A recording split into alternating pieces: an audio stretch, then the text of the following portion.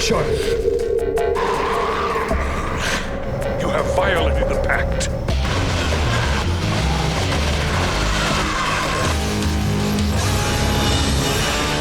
Hidden in the mysterious region of Area 51 in the Nevada desert lies a covert military base where the U.S. government's deepest secrets are buried.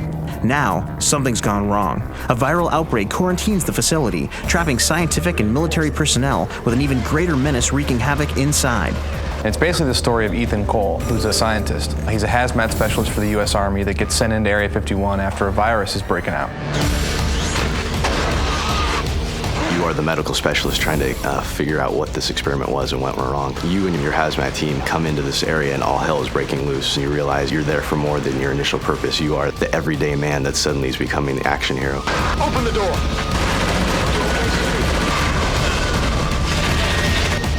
Watch your six! As you delve deep into the facility to investigate the outbreak, you rely on assistance from your well-trained squad. I think one thing that's really special about our game is you start squad-based, and you definitely had to put a lot of emphasis on how to get characters that you care about, teammates that you really want to protect and fight with.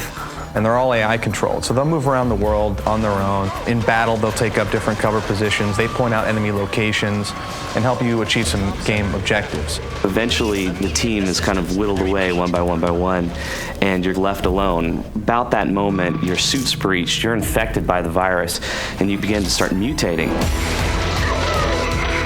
As the last surviving member of your team, you find yourself beginning to transform, taking on mutant and alien characteristics, and developing some truly foreign abilities. As the mutation takes hold, your vision changes, your hearing changes, you're able to see enemies in the dark. We have this time dilation effect, so hearing is warped. You have an extreme melee that pushes enemies back, like through walls, and some really, really cool parasites. You shoot them out of your hands, and they home into the world, and they seek out your enemies, and they siphon health back to you. You basically can play with your enemies, almost treat them more like prey than you could otherwise. No alien battle would be complete without a cache of high-tech weaponry. Using some of the alien technology, the military's built some sort of new weapons. One of them has sort of a laser sight pointer that you can use. It's great for enemies that like to hide because you can bounce projectiles off of walls and off of ceilings to get people that are hiding behind objects and things like that. One of the most exciting things about Area 51 is the celebrity voice talent. Gamers will be sure to recognize the familiar-sounding voices behind Ethan Cole, his alien buddy Edgar, and others. We've got some great VO talent. We've got Powers Booth. And then, of course, we've got David Duchovny, which we're really excited about, as the main player character, Ethan Cole. By day 3, I wanted to punch him in the face. By day 7, I did. So eventually the player encounters a green animated corpse. This is an alien using telekinesis to remotely maneuver this corpse and talk through him to you. And his name's Edgar. He's not necessarily a friendly gray alien, but he has his own agenda, which kind of dovetails with yours.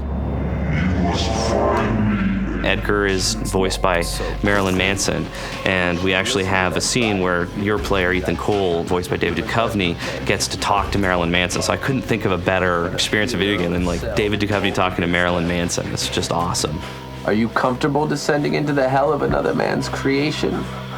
In the early stages of Area 51, the player first encounters a malicious horde of human mutants and deadly zombies, but it's the enemies in the later levels that really challenge the gamer's combat readiness. Ultimately, they end up at this leaper stage that allows the now mutated human to crawl on walls and jump 30, 40 feet and tear through metal and use these claws, but they really are just killing machines. As you get deeper into the facility, you transition from the U.S. government into the shadow government, the Illuminati part of the base. The Illuminati has developed this super soldier, and that is their security forces to protect their side of the base, even from the U.S. government top side, to keep them out. They're definitely militaristic. They have great AI patterns where they can use all sorts of great alien weapons. They throw grenades. It's a different style of gameplay. And then ultimately, you end up in the gray section of Area 51 at the furthest reaches of the base. Those grays don't like to confront the player directly. Generally, they rely on using their superior technology to kill the player. And then every once in a while, you get a gray and you work really hard and you kill them and you feel a sense of satisfaction. Gamers can play with or against others down the street or around the world by utilizing Area 51's impressive multiplayer ability.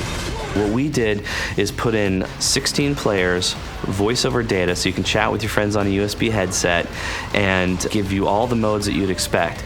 Then we added mutation modes on top of that. Humans versus mutants, a vampire game where everybody starts out as a human except for one person.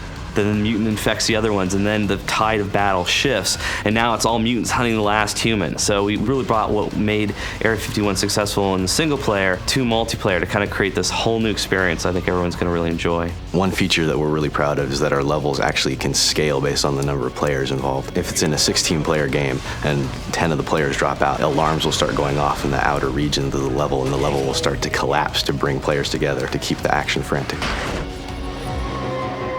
What adventure into the US government's most covert base would be complete without discovering the hidden truth behind several well-known conspiracies? Conspiracy plays a huge role in our game, actually. We have a whole collection system based on witnessing conspiracies, recording conspiracies, and even deconstructing conspiracies.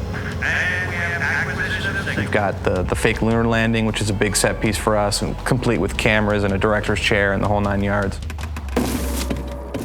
All the little traditional conspiracies are dealt with in various parts of our levels to kind of entertain you and educate you in the conspiracy world.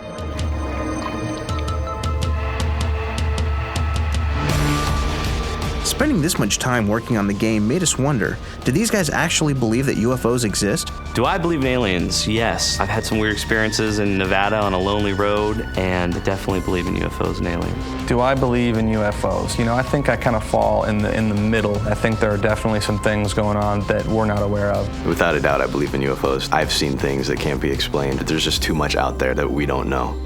I definitely believe in them.